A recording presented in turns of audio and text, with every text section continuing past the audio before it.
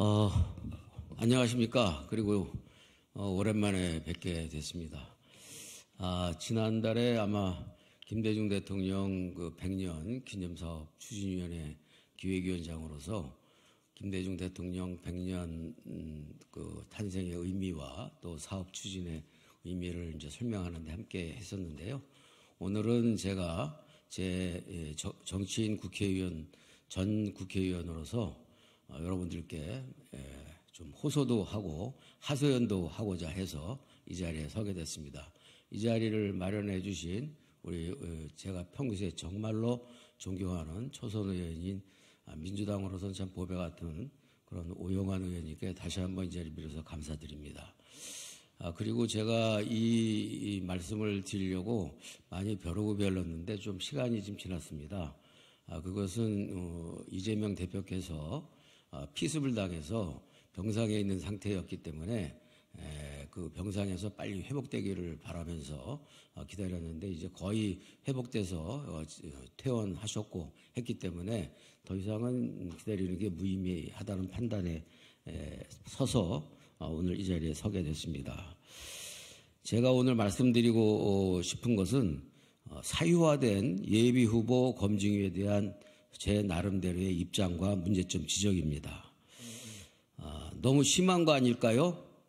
이재명 대표가 병상에서 측근의 성희롱 발언 징계 수위에 대해 한 발언이지만 정작 심하디 심한 것은 공천의 첫 단추인 예비후보자 자격 심사에서 반칙과 불공정이 격심하게 판치고 있다는 것입니다.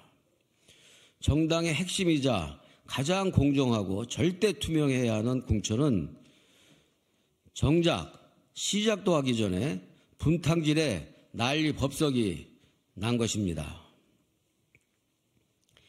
예비후보자 검증위원회는 그야말로 예비후보자 검증위원회일 뿐입니다. 후보자 검증위원회가 아닙니다. 그래서 정당에서는 예비후보자 검증위원회는 그동안 별 관심도 없었고 존재감조차도 없었습니다. 왜냐하면 예비후보자 검증위원회는 후보자 검증위가 아니어서 기술적이고 기계적이고 계량적인 그런 기술적 미시적 판정만 하는 것이었기 때문에 사실은 언론인들이 관심도 그리고 후보자들이 크게 그 관심도 가질 만한 그런 기관이 아니었습니다. 그런데 이번에는 아주 예외였고 공천 과정만큼이나 엄청난 부작용과 그 소란을 내고 있는 것입니다.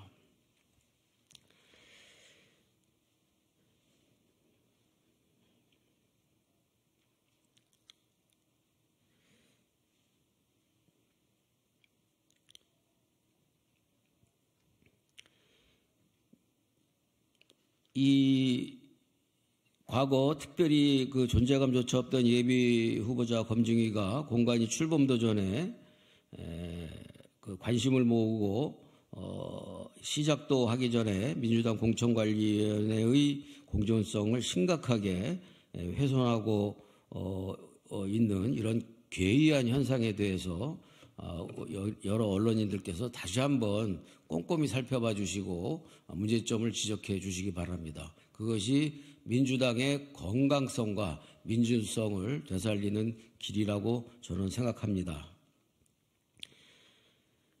예비 그 절차부터 특정인과 특정인의 계파의 사리 사욕을 위해서 불공정과 반칙, 특혜가 난무하고 있기 때문이고 그러한 현실이 지금 벌어지고 있다고 저는 생각합니다. 검증위가 특정인과 특정 계파에 의해 사유화되었기 때문입니다. 예비검증위원장을 맡은 것이 의정생활 8년간 최고의 업적인 양 지역의 현수막을 덕지덕지 붙여놓은 것도 의아한 일이었습니다. 자신이 반칙을 휘두르며 경선을 피해갈 수 있는 자리를 맡게 되었다라는 그런 간절함의 표현이었을지도 모른다라는 그런 생각을 하게 되지만 지역에서는 국민의힘과 지역민들은 진짜 검증받아야 할 사람을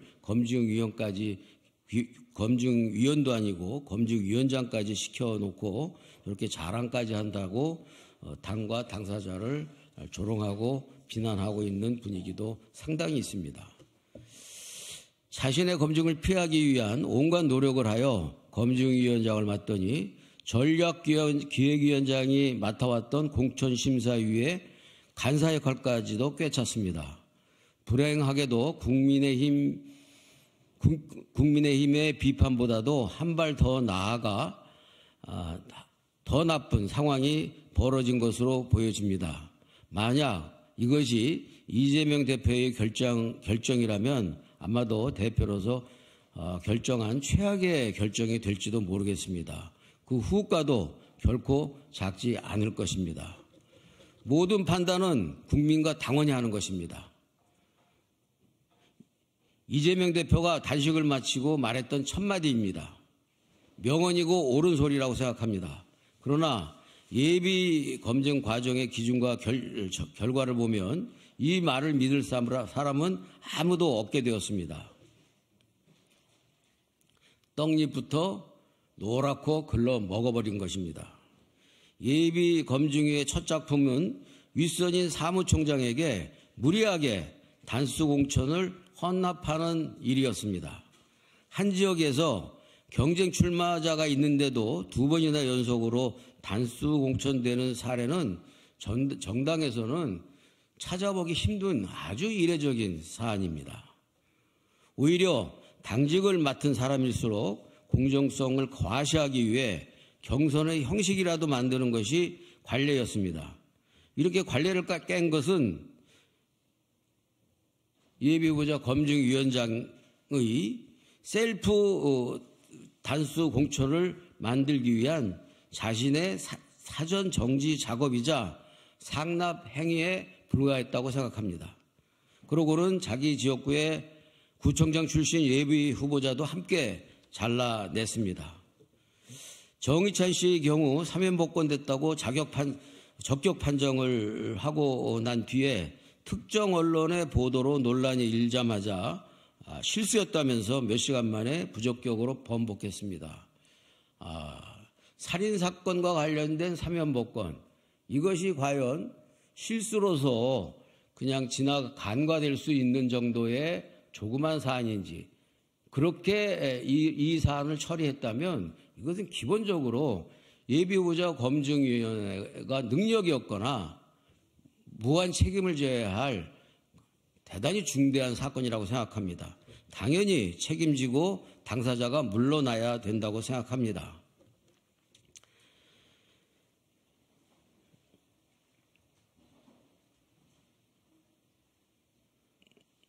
김병기 의원의 본인의 말처럼 결정 변복이 실수의 결과라면 위원장이 어떠한 책임이라도 져야 되는 것 아닙니까? 아무런 책임 없이 그냥 몇 시간 만에 번복하고 그냥 물러난다는 것은 공당에서는 찾아보기 힘든 이 또한 이례적인 일이었습니다. 정의찬 씨 건의 경우도 역시 자신의 경쟁자에 대한 사면복권 효력을 무력화시키기 위한 정지 작업을 하기 위한 얄팍한 꼼수라는 사실을 알만한 사람은 다 알고 있습니다.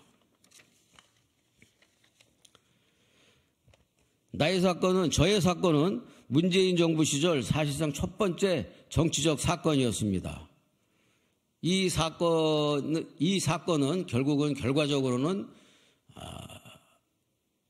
윤석열 한동훈 정권을 만드는데 단초가 되기도 했습니다. 물론 본인의 부주의함도 있다고 생각합니다. 그러나 이로 인해서 100일에 가까운 먼지털이와 별건 과잉 수사, 그리고 수년에 걸친 재판으로 엄청난 죽음에 이르는 그런 힘든 고초를 겪었습니다.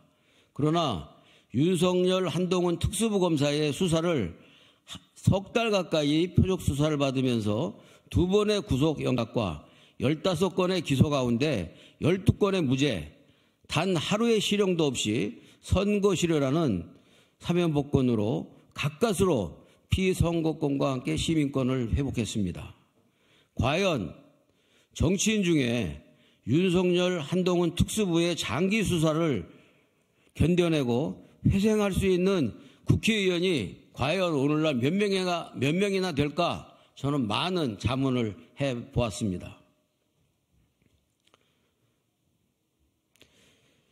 적어도 지금의 국회의원들 가운데 저는 누구보다도 단단한 검증을 거쳤고 선고실효라는 원천무효의 사면복권으로 명백하게 피선거권을 회복했다고 당당하게 자부합니다.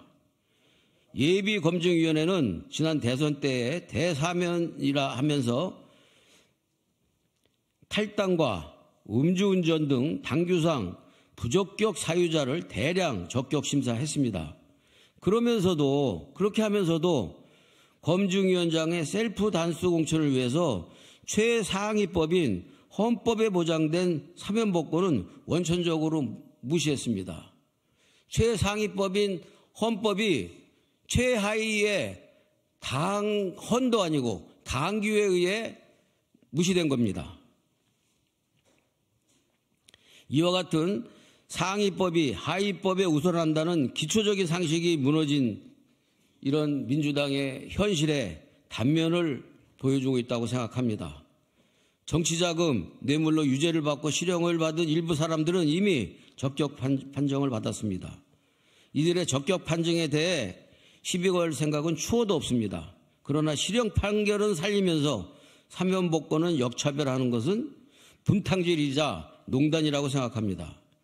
실형을 받은 사람도 기소된 사람도 실형받고 재판 중인 사람도 모두 적격으로 판정하고 지도부와 주요 당직자들의 경선 부담을 알아서 정리해주는 아첨의 대가로 자신의 지역구 경쟁자들도 함께 정리한 것입니다.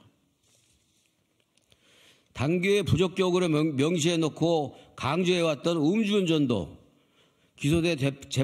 기소되어서 재판 중인 사안도 실형을 받은 사안도 그렇게 모두 무죄가 안 되지만 사면복권만 무죄가 된다는 억지 주장을 펼치고 있는 이 현실이 오늘날의 민주당의 모순된 단면이 아니냐라는 생각을 하면은 참으로 억장이 무너질 지경입니다. 지도부 인사들은 오히려 국민과 당원에게 판단을 맡기는 경선을 솔선수범에 자청해야 하는 것입니다. 그것이 관례였고 민주당 정신에 부합하는 것입니다. 그러나 검증위는 공정은커녕 오히려 유례없는 특혜와 반칙을 이신점심으로 주고받았습니다. 그러니 존재감 없던 예비검증위가 논란의 중심에 서게 된 꼴이 됐습니다. 이명백 교수가 공관위에서 일성으로 내놨던 공정한 기회라는 것은 예비후보자 검증위로 인해 이미 파괴되어 버렸습니다. 민주당이 특권과 반칙 없는 세상을 꿈꾼 노무현의 정신을 말할 자격을 잃어버린 것입니다. 관용과 통합을 실천한 김대중 정신은 더 이상 입에 담지도 말아주길 바랍니다. 주요 당직을 맡은 현역 의원이 정정당당하게 경선하자는 최소한의 당연한 절차조차 꼼수로 회피하는 것은 경선 패배를 인정하는 것일 뿐만 아니라 참으로 비겁하고도 비루한 짓입니다. 심지어 지난 21대 경선도 현역한테는 절대적으로 유리한 3자 경선으로 실질적인 전략공천과 다름없는 특혜를 받았다는 사실을 알고 저는 또 한 번 경악했습니다. 그러니 이번에도 셀프 단수 공천을 공작한다라는 주민들의 비판은 어쩌면 당연한 것일지도 모르겠습니다. 지역구민의 경고를 무겁게 존중해야 할 것입니다. 공천처장부터 특혜, 반칙, 불공정으로 민주당이 자랑하던 시스템 공천이 완전히 농단당하고 있습니다. 시스템 공천은 민주당이 입만 열면 시스템 공천이라고 자랑했던 시스템 공천은 이미 반칙 시스템으로 변질되어 버렸습니다. 농단의 책임을 묻고 정정하지 않으면 결국 그 후과는 온전히 민주당에 돌아갈 것임을 충언합니다. 저는 2015년도에 민주당 60년 기념사업 추진위원장을 맡았습니다. 김병기 의원은 저보다 3살 아래이지만 당의 경력은 제가 몇 배가 많은 사람입니다. 그리고 민주당과 함께 했습니다. 민주당의 역사를 쌓아왔고 민주당의 정통성을 쌓아온 사람입니다.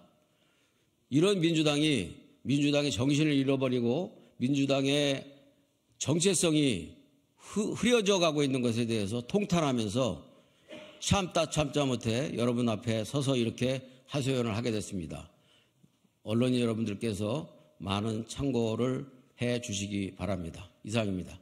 다시 한번 오영환 의원님께 진심으로 감사드립니다. 고맙습니다.